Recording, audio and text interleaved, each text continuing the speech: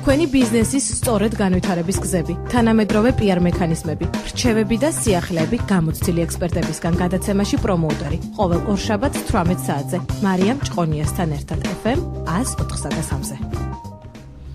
მოგესალმებით ძვირფასო მსმენელებო რადიო პოზიტივის ეთერიდან. მე მარიამ ჭყონია გახლავართ და ეს გადაცემა პრომოუტერია. გადაცემა შეგიძლიათ უსმინოთ ყოველ ორშაბათს 18 საათზე რადიო პოზიტივის ეთერში. დღეს ჩვენი გადაცემის თემა სოციალური მედია და ეფექტური ონლაინ კომუნიკაცია. ექსპერტები საუბრობენ ინტერნეტზე როგორც ყველაზე სწრაფად მზარდ მედია საშუალებაზე. ინტერნეტის განვითარებისა და მისი მომხმარებლების რაოდენობის მატების კვალდაკვალ სულ უფრო იზრდება სოციალური მედიის როლი ადამიანების ცხოვრებაში. უამრავი მომხმარებელი უპირატესობას ინტერნეტ რადიოსა და ინტერნეტ ტელევიზიას ანიჭებს. მთავარი მახასიათებელი, რომელიც სოციალურ მედიას ტრადიციულისაგან განასხვავებს, ისაა, რომ მისი ძირითადი ნაწილი მომხმარებლების მიერვე იქმნება. Facebook, YouTube, Twitter, LinkedIn, MySpace.com, Instagram და ასე შემდეგ. სოციალური ქსელები, სადაც ყოველდღე ვიკრიბებით, ერთმანეთს უზიარებთ სხვადასხვა შეხედულებებს და მოსაზრებებს. რა გავლენას ახდენს სოციალური ქსელები საზოგადოებაზე და რა ძალაუფლებას ფლობს იგი? ზოგი მიიჩნევს, რომ სოციალური ქსელები დროის ტყუილი ხარჯვაა, ზოგი კი საკუთარი ბიზნესის გასავითარებლად იყენებს. რას აკეთებს იგი ბიზნესის საკეთილდღეოდ და როგორ უნდა ვესაუბროთ ჩვენს მომხმარებლებს უფრო ეფექტურად? ამ და სხვა კითხვებზე დღეს დღევანდელი ჩვენი გადაცემის სტუმარი არის საზოგადოებრივ საქმეთა ინსტიტუტის ჯიპას ლექტორი ბატონი სანდრო ასათიანი. მოგესალმებით ბატონო სანდრო. მოგესალმებით და მივესალმები რადიოს. დიდი მადლობას მოგახსენებ სტუმრობისათვის და გადმოვალ პირველი შეკითხვით. როგორია საქართველოში სოციალური მედიის განვითარების ტენდენციები და რა გავლენას ახდენს საზოგადოებრივ ცხოვრებაზე? სოციალური მედია, ასე ვთქვათ, თავისით ვითარდება, თავისი კანონებით. სხვადასხვა ქვეყანაში სხვადასხვა სპეციფიკა აქვს, აი მაგალითად საქართველოში ძალიან პოპულარულია Facebook-ი, ამ დროს ვიცით, რომ დასავლეთში თქვათ Facebook-ს რაღაც პოზიციებში, თქვათ Twitter-ი ჯობნის, Twitter-ი ჩვენთან არ არის პოპულარული, ან თქვათ რაღაც განსხვავებებზე ესეთ დონეზე შეიძლება ვისაუბროთ.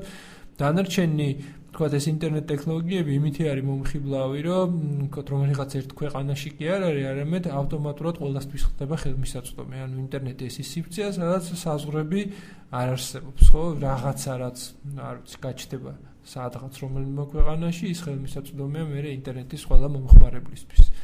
და ამიტომ, რა ვიცი, რაღაცნაირად ესე დააყოფაც კი რთული არის, თქვათ, რომ ამ ქვეყანაში ისე ერთ-ერთი რაზეც შეიძლება დააყოფა და რაც შეიძლება საუბარი, ეს არის რომელ ქვეყანაში რა ტიპის, თქვათ, სოციალური მედიის არხებს მოიხმარ. რამდენად არის ჩვენთან საქართველოში, ასე ვთქვათ, ეს ონლაინ კომუნიკაცია, ონლაინ PR-ი განვითარებული? ხო, ონლაინ კომუნიკაცია საკმაოდ განვითარებულია, იმიტომ რომ აი ხშირად ტელევიზიაში შეიძლება მოვისმინოთ, რომ თქვათ, ამობენ აი როგორც სოციალურ ქსელებში საუბრობენ, ან რაღაც მაგალითები მოყავთ სოციალური ქსელებიდან. ეს ნიშნავს, რომ ტრადიციული მედიაც აქტიურად იყენებს ამას და თქვათ, მიუხედავად იმისა, რომ ტრადიციულ მედიას უფრო მსხვილი არხი აქვს ხელთ, ხო? ანუ თქვათ, ტელევიზიას გაცლებით მეტი ერთბაშიათ, თქვათ, რაც მეტი მაყურებელი ყავს, ვიდრე რომელიმე, თქვათ, Facebook-ის კონკრეტულ გვერდს, ხო? რაღაცა ეს დიდი აუდიტორია უწევს. ისინიც კი, თქვათ, იქიდან იღებენ რაღაც ინფორმაციას, ამიტომ რაღაც შეიძლება ვთქვათ, რომ აქტიურად იყენებენ ყველანი.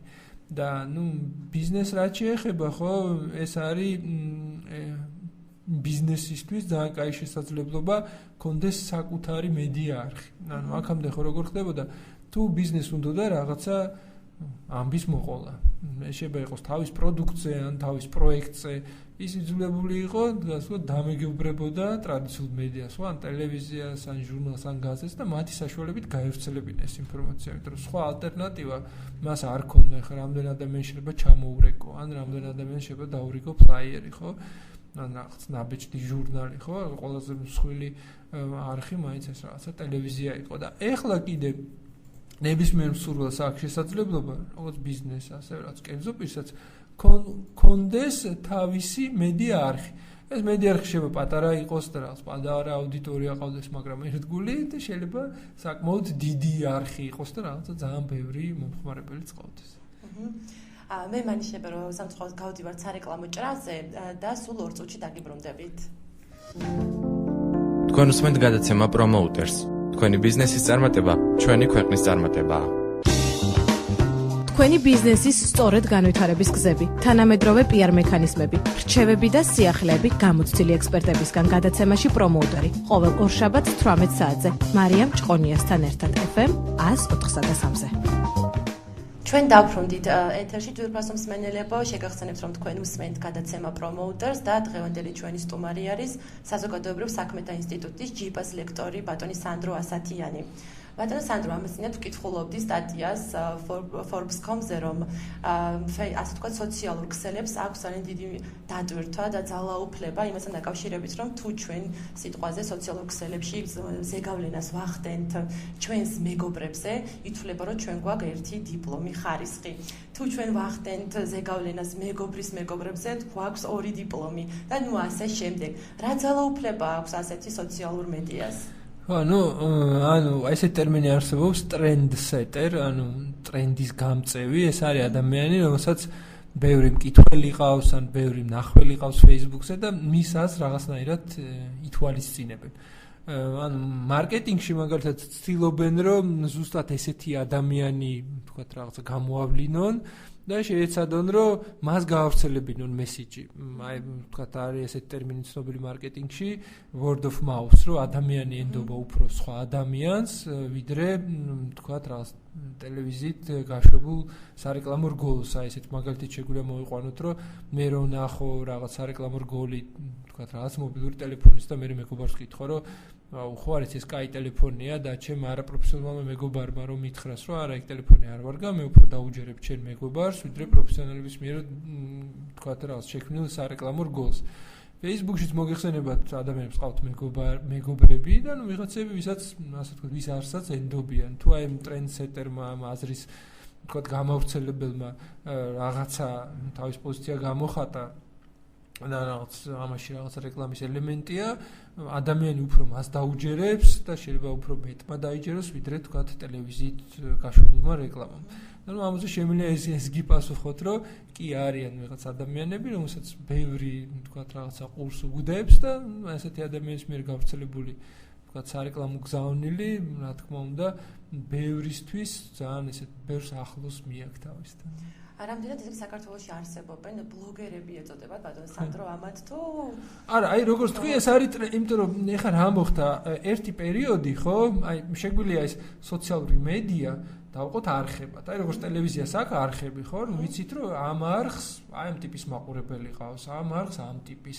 შეიძლება რაღაც არხია, რომელსაც ბევრი მაყურებელი არ ყავს, მაგრამ ძალიან სპეციფიურია და ვიღაცას ვისაც რეკლამის განთავსება უნდა მაინდა-მაინც იმ არხზე კი არ უნდა, სადაც ძალიან ბევრი ადამიანი. არამედ იქ სადაც მისი სპეციფიური აუდიტორია იკრიბება, ხო? აი ესე შეგვიძლია ჩავთვალოთ დღეს უკვე სოციალური მედიის არხები, ანუ თავიდან ცოტა იყო, ხო? პირველი იყო ერთ-ერთი პირველი იყო ბლოგი, იყო რაღაცა ფორუმი და შენ მირჩევდი, ხო, რომ აი სად არის ხალხი, სადაც მე ვთქვათ ყურს დამიგდებს და მოდი იქ გავავრცელებ ინფორმაციას და დღეს ესენი არიან ძალიან ბევრი რა და ამიტომ სხვა კომპანიებს უწევთ რამოდენიმე არხის არჩევა, ხო, სადაც ვთქვათ აი ხო მოდი YouTube-ს ავირჩევ, იმიტომ რომ ჩემ გზავნილში ვიდეო შედის, მოდი მე ამ ვიდეოს ავიღებ გადმოვიტან და ვთქვათ რაღაცა ბლოგში გადმოვიტან და იქ კიდე რაღაცა ტექსტს დავურთავ, ანუ ბლოგერები არიან ის ადამიანები, რომელსაც ბლოგს აწარმოებენ და ეხლა თქვათ ეს რაღაცნაირად გაიღვარა საზღვრები, არის ბევრი სოციალური მედიის არხი და შეიძლება ვისაუბროთ არა კონკრეტულად თქვათ ბლოგერებზე, არამედ ტრენდსეტერებზე, იმ ადამიანებზე, რომლებიც სოციალურ მედიაში რაღაცა გზავნილს, რაღაც თავის პოზიციას გამოხატავენ, რაღაც ამბავს ყვებიან და ამისთვის შეიძლება რამოდენიმე არხი გამოიყენონ და მათ ვიღაცები უგდებენ ყურს და აინტერესებთ მათი. ანუ შესაძლებელია რომ ვიღაცა რომელიც რაღაცა ბრენდს უწევს რეკომენდაცია, შესაძლებელია რომ ეს უბრალოდ რაც PR-ის ნაწილი იყოს. ნუ ახლა საქართველოში არ ამგონია ხა ეს ამ დონეზე იყოს რომ ვიღაცები ფულს იხდიან მოდი რაღაც, მაგრამ უცხოეთში ამის მაგალითები ყოფილა. და არის პრინციპში უცხოეთში უფრო სხვანაირად არის საქმე.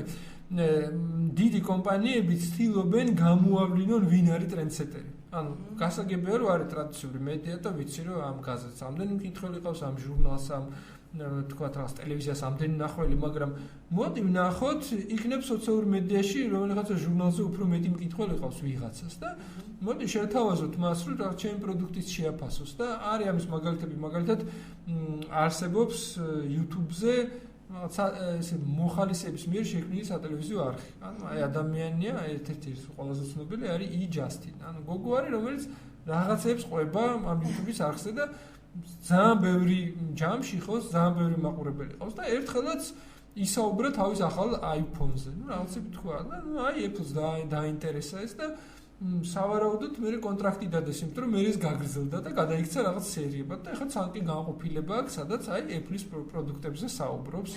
ნუ აი ის ხო, ან სატელევიზიო რეკლამისგან განსხვავებით, უფრო ესეთი პირდაპირი დიალოგი არის, ხო?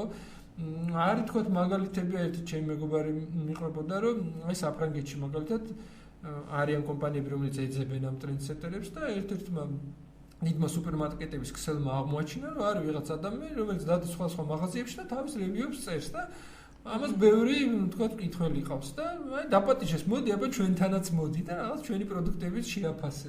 ხო, ანუ აი ესეთი რაღაცა ხდება, ანუ თუ უბრალოდ იმის თქმა მინდა, აი საიტკენ იცვლება ეს ყველაფერი, ანუ ტრადიციული მედიის შემთხვევაში ზუსტად არის ყველაფერი დაალაგებული, იცი ვინ არის დირექტორი, სად არის თქვა რაღაც სარეკლამო განყოფილება, როგორ უნდა დაურეკო, როგორ უნდა განათავსო რეკლამა და ამის პარალელურად უცებ ჩნდებიან ვიღაც ინდივიდუალები, რომელსაც არანაკლები აუდიტორია ყავს, ოღონდ აქ პირდაპირ რეკლამაზე არ არის საუბარი, აქ არის საუბარი, მოდი შეაფასე, მოდი ჩემწულებაზე მოდი და თქვა რაღაც შენი აზრი მოყევი, ან რაღაც შენი პოზიცია გამოხატე. აი ესეთ დონეზე არის.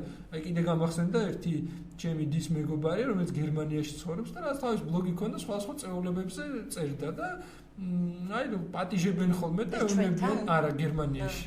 და ეუბნებიან მოდი აბა ჩვენ წეულებაზეც მოდი.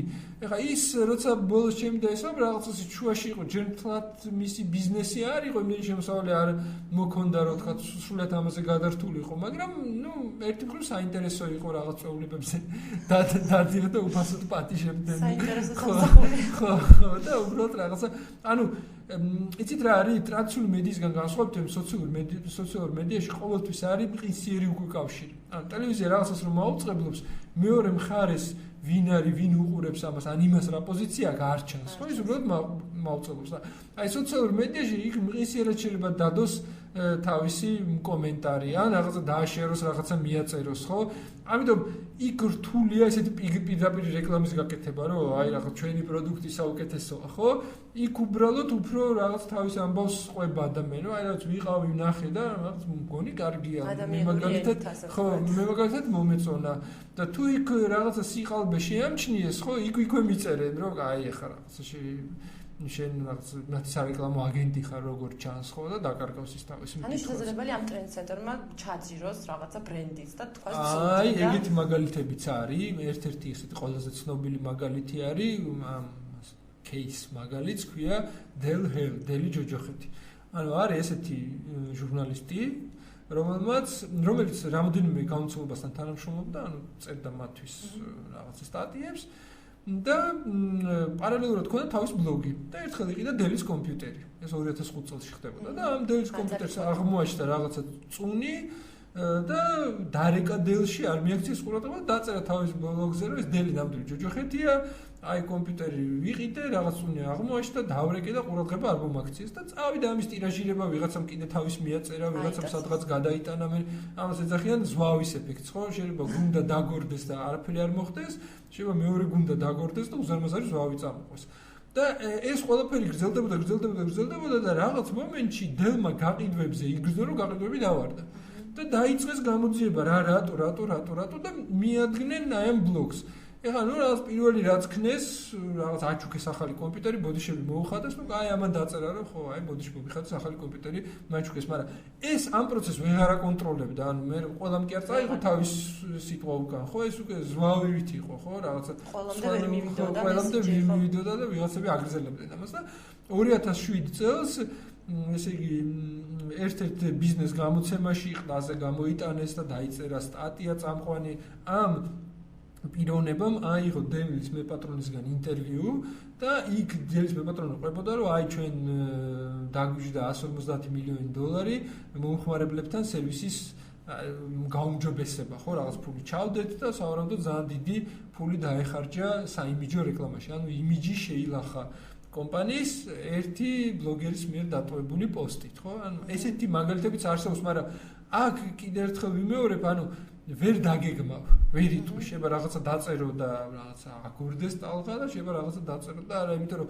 ადრე როცა ვიღაცა რაღაცით იყო უკმაყოფილო, ამას თავის მეგობარს ეუბნებოდა, ხო? ან ტელეფონი დაურეკავდა, ხო? 3-4 ადამიანში ტრიალებდა ეს ამბავი და აი სოციალურ მედიაში, ხო, შეიძლება უცებ მილიონებზე გავიდა შენი მესოჯი და ბევრმა აიტაცოს და თქვა რაღაცა დააშიაროს. მაგრამ ჩვენთან არიან ისეთი ადამიანები სოციალურ ქსელში, რომელთა აზრს ძალიან დიდ პატივს სცემენ და სავარაუდოდ მათ რომ თქვამ რაღაცა ცუდი სხვა კომპანიაზე ძალიან დიდ პრობლემები შექმნის.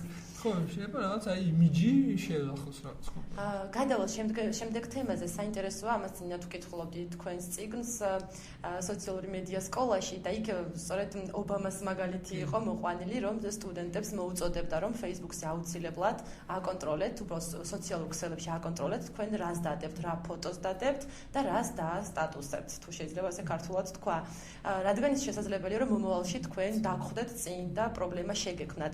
რამდენად საფრთხეს ქმნის სოციალური მედია და რა არის ასე ვთქვათ მისი უარყოფითი მხარეც ამ მიმართულებით? უარყოფითი მხარე, აი მაგალითად შემიძლია გავიხსენო, ბოლო ტერაქტი როცა მოხდა მოსკოვში, დომოდედოვოს აეროპორტში, ძალიან აქტიური იყო მაშინ სოციალური მედია, იმიტომ რომ პირველი ინფორმაცია რამოდენიმე წუთში Twitter-ზე დაიდო, ტელევიზიაში რამოდენიმე საათის მერე, გაზეთში, ჟურნალში ისინი დაიბეჭდა და BBC-ს ჰქონდა ძალიან საინტერესო სტატია, ანალიზი, აი რაში იმუშავა სოციალურ მედიამ კარგად და რაში იყო მისი მინუსები.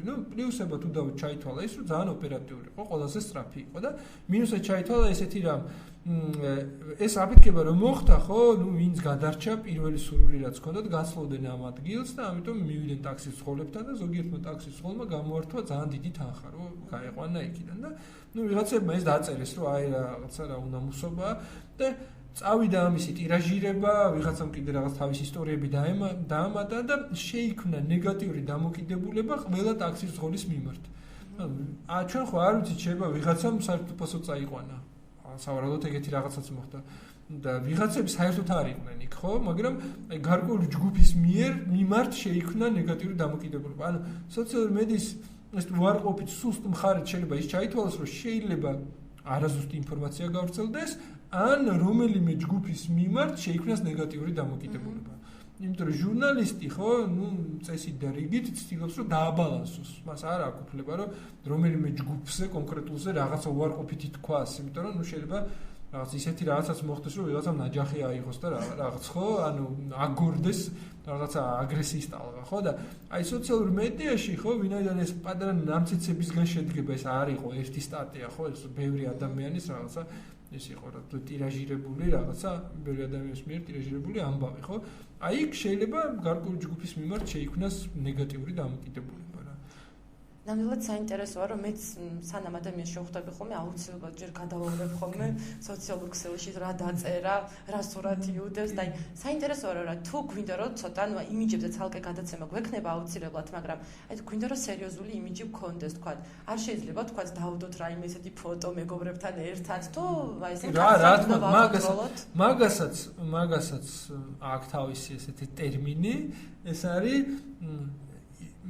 ინგლისურად აღარ მოხსოვს როგორ ქვია, ანუ იმიჯი სოციალურ ქსელში, როცა შენ ზერწავ შენ იმიჯს, რომ ვიღაცა თუ შენის შესახებ ეძებს ინფორმაციას, ნახოს ის, ხო, ის თქვა ის ინფორმაცია, რომელიც შენ დადებითად წარმოგადგენს, იმიტომ რომ არის ბევრი ესეთი შემთხვევები, აი მაგალითად სტატისტიკა იყო იმ კომპანიებისა, რომლებსაც აყავთ თანამშრომლები, ანუ ამერიკაში ხო როგორ ხდება, თქვა რომელიმე კომპანიას თუ ჭირდება თანამშრომელი, იმის მაგალითად რომ მოაგროვოს ეს CV-ები თვითონ მასაკას, არიან სპეციალური კომპანიები, რომელსაც ეუბნება, რომ მე მჭირდება აი ესეთი ტიპის თანამშრომელი და აი ისინი უკვე ხო მუშაობენ დიდ აუდიტორიასთან და ამათ წარუდგენენ საბოლოოში 5 კანდიდატს, რაღაც 4 კანდიდატს, ხო და არ ხარჯავს ეს კომპანია დროს და ენერგიას ამ ადამიანებს. საინტერესოა პირველად მესმის ნამდვილად. ხო, ანუ ახლა დიდ ქვეყანაში სადაც ანუ თქვა უფრო განაწევრებულია, ხო, რაღაცა სეგმენტებად, ხო, აი ესეთ სეგმენტიც არსებობს, ხო, რომ კომპანია რომელიც მუშაობს იმაზე, რომ შენ შეგირჩიოს თანამშრომელი.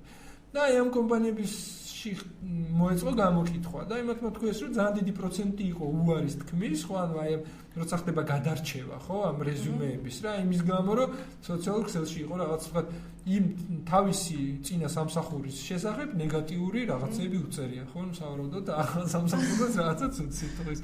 ან თავისი თანამდებობისთვის შეუფერებელი ფოტო არის და ნუ ასე შემდეგ, ხო, რაღაცები რაც შეგვიძლია იქიდან ამოკრიბო და ნუ ამიტომ აი ეს ობამას მაგალითიც მოწმობ ხონდა რაღაც დასამალი. ხო, ნუ მაგრამ ჩვენ არ ვიცით, ხო. ამიტომ ეს რა თქმა უნდა ამას ჭირდება ყურადღების მიქცევა. მანიშნები რომ სარეკლამო ჭრაზე გავდივართ, ზუსტად 2 წუთში დავბრუნდებით, გთხოვთ დაგველოდეთ. ჩვენ დავბრუნდით ეთერში დღევანდელი ჩვენი გადაცემის თემა სოციალური მედია და ეფექტური ონლაინ კომუნიკაცია და შეგახსენებთ რომ დღევანდელი ჩვენი სტუმარი არის საზოგადოებრივ საქმეთა ინსტიტუტის ჯიპას ლექტორი სანდრო ასათიანი. ბატონო სანდრო, როგორ ვაწარმოოთ ეფექტური ონლაინ კომუნიკაცია თქვენ ამ თემაზე ჯიპაშიც კითხულობთ ლექციებს? ანუ პირველ რიგში უნდა გავიაზროთ ამ სოციალური მედიის სპეციფიკა. ანუ სოციალური მედია ტრადიციული მედიისგან, ხო, ორივე მედია არის, ორივე ინფორმაციას ავრცელებს. იმით განსხვავდება, რომ იქ არსებობს უკავშირი შესაძლებლობა. ანუ თუ ტელევიზია როცა მაუწყებობს, ის უბრალოდ მაუწყებობს და მეორე მხარეს ვინ არის ვერ ხედავს და შენ თუ გინდა რაღაც გადაცემაში ჩაერთო, უნდა დაარეკო ტელევიზიაში და ან შეგაერთებენ, ან არ შეგაერთებენ. სოციალურ მედიაში ეს უკავშირი არის მყისიერი. და აი ეს ძალიან ცვლის სიტუაციას, რომ თუ კი ტელევიზორიდან შენ ამბობ, რომ აი ჩემი პროდუქტი საუკეთესოა და აი ეს თქვათ რაღაცა პროდუქტი ჯობია ამას და მოდით ეს იყიდეთ, ხო, ესეთი მესიჯი სოციალურ მედიაში ცოტა გამაღიზიანებელია. და რახან იქ არსებობს უკავშირი აი იმის გამოყენება შეიძლება და შეიძლება ესეთი რაღაცის თქმა, რომ აი ჩვენ გვაქვს ეს და ეს, თქვენ რომელი გირჩევნიათ აქიდან, ანუ რაღაცნაირად რომ დიალოგზე წამოიყო ანუ ადამიანი, ხო? იმიტომ რომ ის დიალოგზე თუ წამოვიდა, უფრო დაამახსოვრდება ეს პროდუქტი, ის ელოდება აი ამ უკავშირს. ამიტომ ძალიან მნიშვნელოვანია რომ ყველა კომენტარს უპასუხო. თუ იქ რაღაცა მოგწერა ვიღაცამ, ყისიერად უპასუხო. ამითი შენ აი ამ შენ ავტორიტეტს აშენებ, რომლითაც ის უკვე გთვლის რაღაცა შენ მეგობრად, ხო? რომ აი რაღაცა რჩევა ვკითხე, აი ეს შემომთავაზეს და ისიც რაღაცა რჩევებს მეკითხებ. ანუ თუ სოციალური მედიით რაღაცა მესიჯს გადმოსცემთ, რაღაცა გინდათ კამპანია წარმართოთ, აუცილებლად გაიაზრეთ, რომ ეს უნდა იყოს ორმხრივი. ეს არ უნდა იყოს სამმხრივი, რომ მე უბრალოდ მაუწყებობ. ეხლა იმ სპეციფიკიდან გამომდინარე, როგორ იქნება ეს ორმხრივი დიალოგი, ეს უკვე იმაზე არის დამოკიდებული, ვინც ამ დიალოგს აწარმოებს. რა უბრალოდ გაითვალისწინოს უნდა, რომ იქ მეორე მხარეს ვიღაცა არის და ისიც უნდა ჩაერთოს.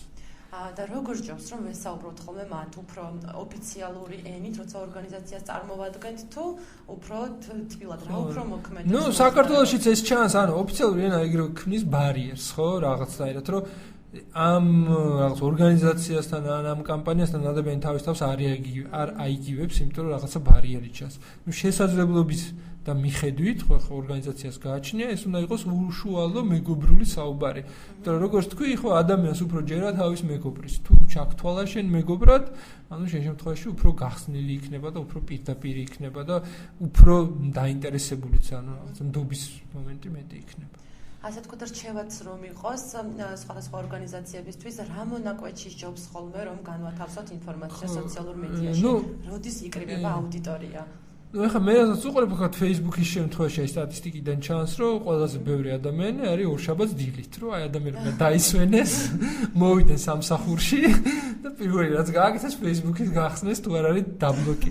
ნუ ეს რაღაცა ზოგადად, მაგრამ ისე ხო ეს პროდუქტს გააჩნია რა, თუ თქვათ ან რაც კამპანიას გააჩნია, თუ შენ თვლი რომ შენი სეგმენტი აი ეხლა არის, ანუ ტელევიზიის შემთხვევაში ძნელია იმის დათვლა, რომ კონკრეტულ მომენტში რამდენი მაყურებელი ყავს, ხო, რა სხვა სტატისტიკა, შეიძლება ენდო, შეიძლება არ ენდო. Facebook-ის შემთხვევაში თუ გაქვს ლაიქების გვერდი, ან რომელიმე სხვა სერვისის შემთხვევაში, როგორც წესი, ყველას აქვს სტატისტიკა. და უბრალოდ უნდა ნახო, აი მოდი გავუშვათ ჩვენი მესიჯი, თქვათ რაღაც შუად დღეს და ნახოთ რამხელა აუდიტორიაზე გავიდა. ეხლა ყავს ყველაზე მეტი, თქვათ ასე თქვათ, მნახველი და ამშეირებელი და ამლაიქებელი, ესე იგი ჩვენთვის ეს დრო არის, ანუ აქ ესე თქვათ უნივერსალური დრო არ არსებობს, მაგრამ უკეთესად არის სიტუაცია. შენ თვითონ ექსპერიმენტით შეიძლება იპოვო ის შენი დრო, იმიტომ რომ შენ იქვე გაქვს სტატისტიკა. ეხლა ძალიან ხშირად გვისმის ხოლმე ასე ვთქვათ ფრაზა ეს ვირუსული PR კამპანია.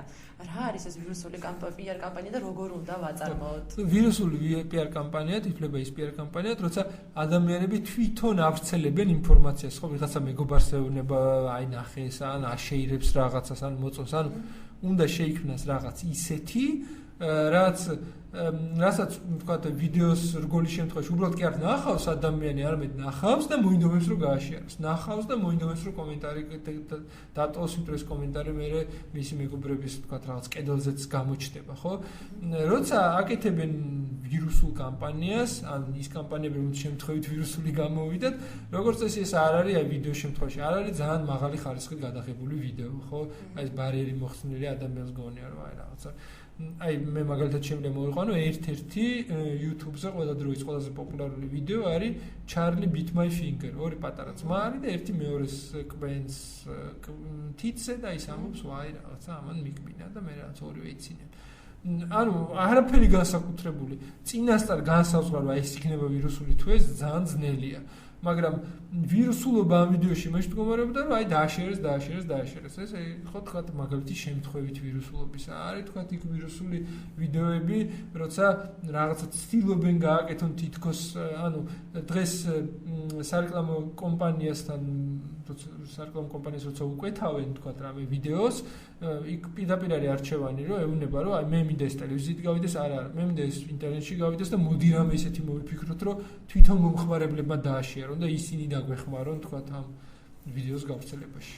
მანიშნებ რომ ჩვენი დრო იწურება და მინდა ასე ვთქვათ ბოლოს თუ გითხრათ ერთი კითხვა მინდა დავსვა რომ დღეს რა უფრო რეიტინგულია რომ ვთქვათ აი ტელევიზია, რადიო, პრესა თუ სოციალური მედია. ყველა კვლევით პირველ ადგილზე არის ტელევიზია, მაგრამ ყველაზე მზარდი არის სოციალური მედია. ანუ წლიდან წლამდე ხო სოციალური მედია ძალიან სწრაფად იზრდება. მაგრამ ჯერჯერობით პირველ ადგილზე არის ტელევიზია. ახლა რა მოხდება იქ გაუსწრებს არ გაუსწრებს, მაგრამ ყოველ შემთხვევაში ყველაზე მზარდი სოციალური მედია. ძალიან დიდი მადლობა ბატონო სანდრო სტუმრობისათვის და ასეთი საინტერესო საუბრისთვის. დარწმუნებული ვარ რომ კიდევ ძალიან ბევრჯერ იქნებით ჩვენი სტუმარი. თქვენ კი მსმენელებო გეტყვით რომ მათ ვინც ვერ მოისმინა დღევანდელი გადაცემა შეგიძლიათ აუდიო ჩანაწერს მოусმინოს რადიო პოზიტივისა და მარკეტერ ჯის Facebook-ის გვერდზე. აქვე მადლობა მინდა გადაუხადო მარკეტერ ჯის ჩვენთან თანამშრომლობისათვის. ძალიან დიდი მადლობა რომ გვისმენდით მომავალ ორშაბათამდე.